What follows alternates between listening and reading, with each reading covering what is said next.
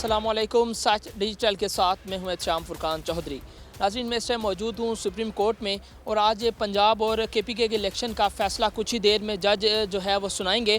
नाज़रीन, पूरे मुल्क की नज़रें जो हैं वो सुप्रीम कोर्ट पर हैं कि सुप्रीम कोर्ट क्या फ़ैसला देगी। अगर ये सुप्रीम कोर्ट फ़ैसला PTI के हक़ में देती है तो क्या इससे आइनी बहरान ख़त्म होगा या नहीं। यहाँ पर मौजूद वकला और PTI अरकान की राय जानते हैं कि वो इस पर क्या कहते हैं।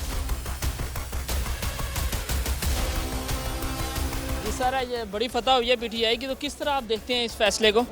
बहुत अच्छा फ़ैसला है। तीन जो मेजॉरिटी ने ये फ़ैसला किया है उसकी आइन और कानून की जीत हुई है। मैं समझता हूँ कि आज तीन जजेस ने तमीज़ुद्दीन केस को आज काफ़ी हद तक दाग धो दिया है अपने सुप्रीम कोर्ट के चेहरे से, तो इसको जितना अप्रिशिएट किया जाए कम है। फैसले पे मुझे आखिरी बार बताइएगा कि आइनी बहरान कोई अब ख़त्म होना चाहिए। इस फैसले के बाद इलेक्शन होने चाहिए ताकि आइनी और सियासी बहरान ख़त्म हो। आज का जो फैसला आया सुप्रीम कोर्ट ने, जो आज खुद नोटिस लिया था, तो इस फैसले को आप किस तरह देखते हैं?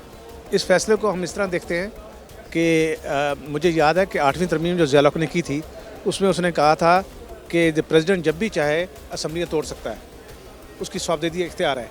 लेकिन सुप्रीम कोर्ट ने इसकी इंटरप्रिटेशन ये की थी कि स्वाबदीदी इख्तियारात की भी रिस्पॉन्सिबिलिटी होती है, यानी हर काम रिस्पॉन्सिबिलिटी से होता है। Law is subservient to the society, उससे ऊपर की कोई चीज़ नहीं है। आज इलेक्शन कमीशन के पास पैसे नहीं हैं, उसके पास ना पुलिस साथ दे रही है ना पंजाब की जुडिशरी साथ दे रही है। वो इलेक्शन कैसे कराएंगे? फिर जिस तरह आपने बेंच बनाए हैं, आपके 9 लोग थे और अभी जस्टिस मंसूर ने लिखा है कि वो जो 2 जज जिनको मेंबर नहीं बनाया गया, एक्चुअली वो इसके मेंबर कंसिडर होंगे क्योंकि उन्होंने फैसला लिखा है।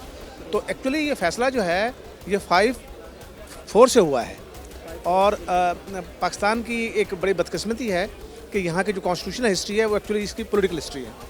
तो लेकिन जजेस को सियासत से ऊपर होना चाहिए, उनको कॉन्स्टिट्यूशन के मुताबिक फैसले करने चाहिए, 90 दिन के अंदर इलेक्शन होने चाहिए।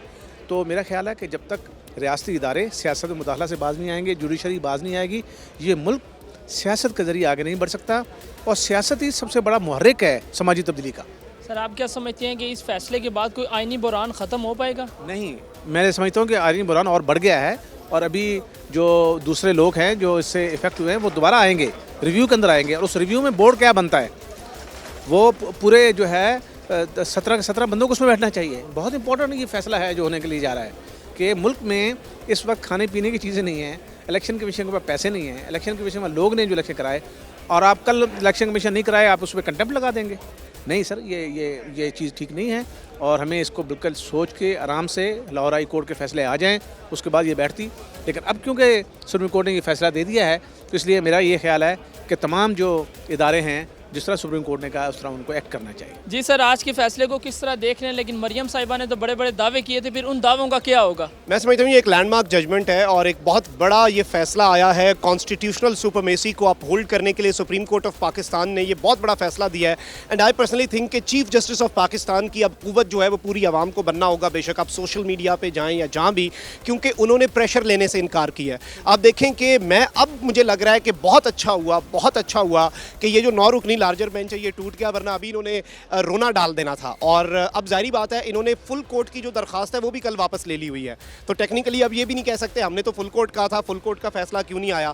तो अब वो चीज़ ख़त्म हो चुकी है और मैं समझता हूँ कि इसमें दूसरी राय थी नहीं। वैसे ही हुकूमती इत्तेहाद ने, इलेक्शन कमीशन ने और जो PDM थी इसने वैसे ही तनकीद की निशाना बनाया हुआ था इसको। आज इलेक्शन कमीशन की गैर जानिबदारी पर से सुप्रीम कोर्ट ने अपना वाजे कर दिया मौक़िफ़ कि इलेक्शन कमीशन ने अपना किरदार अदा नहीं किया। सदर मुमलिकत ने अपना इख्तियार सही इस्तेमाल किया, ये जो सदर को कह रहे थे उसने आइन की खिलाफ वर्जी की। आज सुप्रीम कोर्ट ऑफ पाकिस्तान ने कह दिया है कि जो गवर्नर हैं खैबर पख्तूनख्वा के, उन्होंने अपना आइनी इख्तियार जो है वो इस्तेमाल ना करके आइन से वो रूगर्दानी है एक तरह से। और ये सारी चीज़ें अब इनके गले पड़ेंगी, ये सारी चीज़ें इनके गले की हड्डी बनेंगी और इन्हें समझ नहीं आएगी कि अब ये किधर जाएं।